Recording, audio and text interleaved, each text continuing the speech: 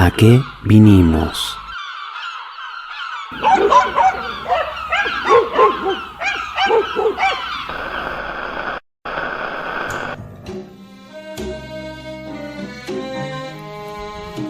Papá está en la casa nueva, arreglando cosas para que esté todo bien cuando vayamos.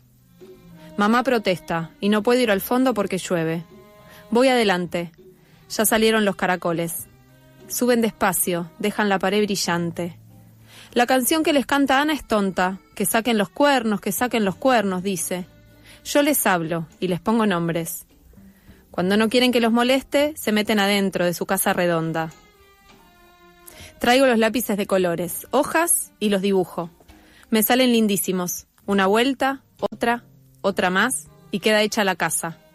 La pinto con marrón y amarillo. Dibujo una muy grande como para mí. Como los caracoles. Así me gustaría vivir.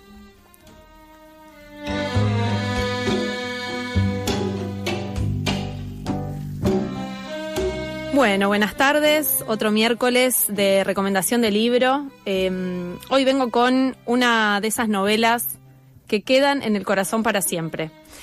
Por lo tierna, por lo poética, por lo política y por lo profunda.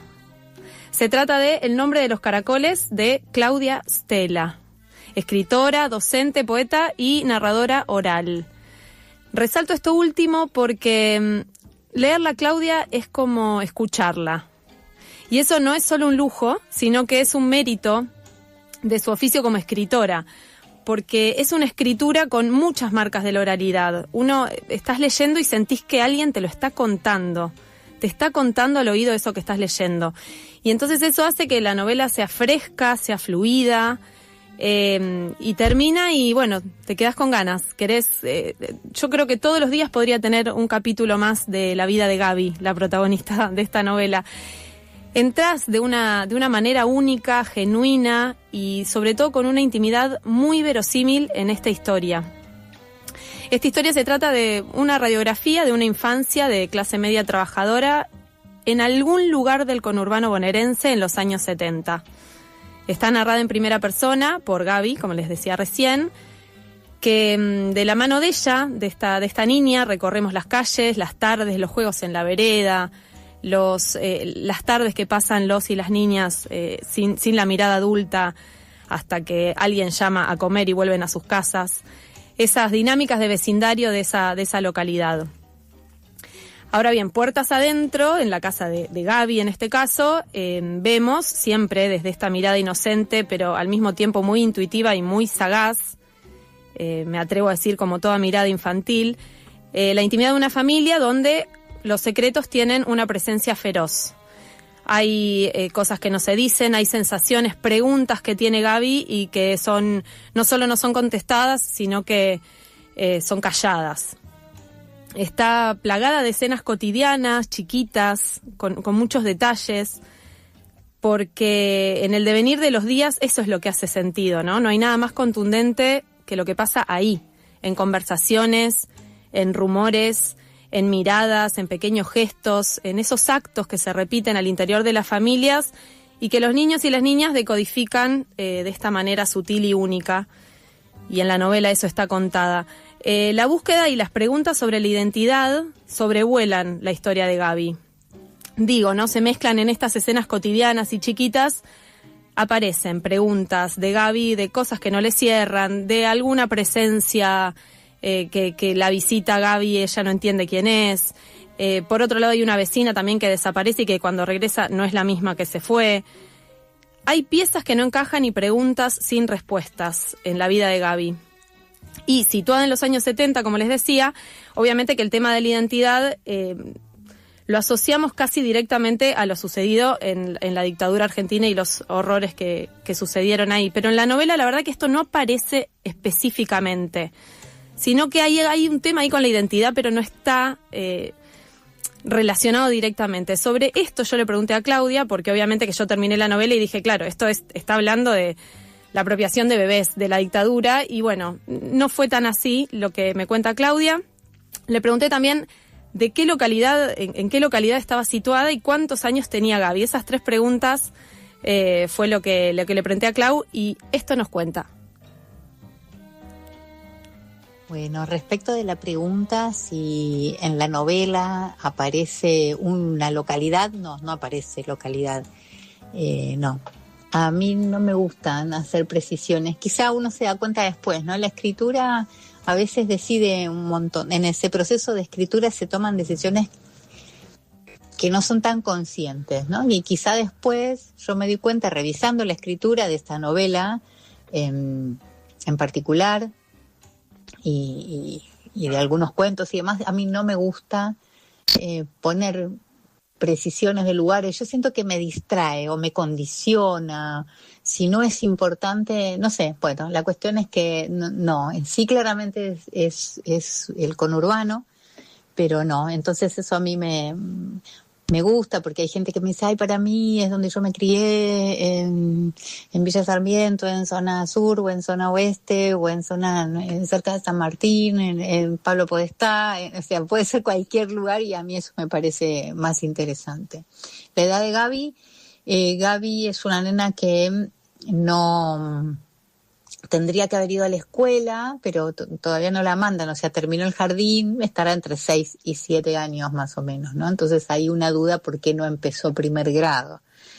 Y con respecto a a lo que preguntás de la búsqueda de identidad, que aparece claramente un tema de identidad en Gaby, yo no pensé, específicamente la novela transcurre durante la dictadura, no pensé en que ella podía ser una nieta apropiada o para nada, pero podría serlo, digamos. Las lecturas tienen que ver también ahí como esto que decía de la localidad específica, ¿no? Puede ser también que alguien lo crea, y ¿por qué no? Digamos, yo no lo pensé realmente, sino que Gaby, evidentemente, su familia biológica es otra, ¿no? Ella está criándose en una familia que no es en la que nació, aparentemente. Hay alguien que anda ahí merodeando, como una presencia medio fantasmática. A mí me atraviesa personalmente el tema de la identidad en general, por fuera también, ¿no? Sino todas estas prácticas que se venían haciendo y que se siguen haciendo menos, pero lamentablemente se siguen haciendo, que es anotar a niños, en lugar de hacer una adopción como corresponde, digamos, se hace algo por fuera de la ley, que sería la sustitución de identidad, anotar a un niño como propio, anulando su identidad biológica, ¿no? Eso se hace y se venía haciendo con mucha cotidianeidad, digamos, y la dictadura lo aprovechó bastante. Así que, bueno, pero también, digo, no, a mí no me molestan otras lecturas, ¿no?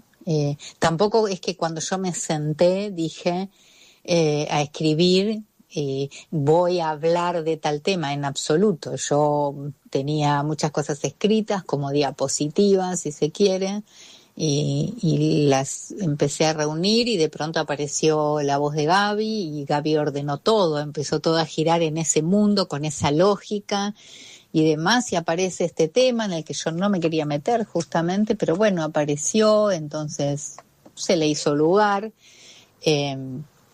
pero bueno, esto, creo que por ahí va tu pregunta.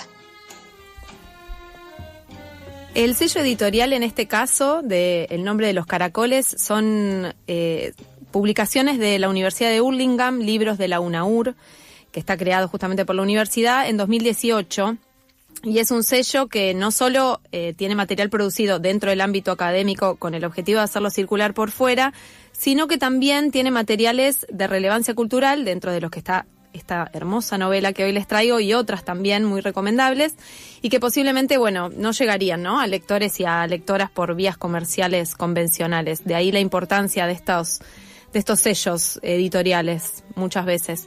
Me parece muy lindo esto que cuenta Claudia, que bueno, aprovecho para agradecerle al aire su gentileza de contestarnos y de poder leer su novela, de meternos un poquito en esto, en las telas de la escritura, no en los hilos, no en las telas, en los hilos de la escritura, que muchas veces uno piensa que toda la novela está en la cabeza de la escritora, Y hay cosas que pasan en el devenir de la escritura, ¿no? Cuando la está haciendo, aparecen voces. Bueno, eso creo que como saberlo para los lectores y lectoras está buenísimo. Y aprovecho también para agradecer las idas y vueltas en redes, que me preguntan sobre los libros que charlamos y otras recomendaciones. Bueno, eso está buenísimo siempre. Y por último, como siempre, tenemos premio, que hoy se suman unos amigos, un bar amigo, con un premiazo que es una merienda riquísima para 2 personas, que son los amigos del bar y del espacio cultural que se llama La Pla Pla, que está en Tres Arroyos 1596. Los encuentran en el Instagram, @laplapla.eci, que les agradecemos un montón que participen. La merienda es un fuego. Y para ganarse ese combo, para 2, para compartir en ese bar hermoso, nos tienen que seguir, @todopasaleyendo y @aquevinimos.fm la tribu. Comentan el post y lo sorteamos el viernes. Así que a disfrutar de la merienda, a disfrutar de las lecturas. Nos vemos el miércoles que viene. Muchas gracias. ¿A qué vinimos? Miércoles de 14 a 16. Por FM La Tribu, 88.7 MHz.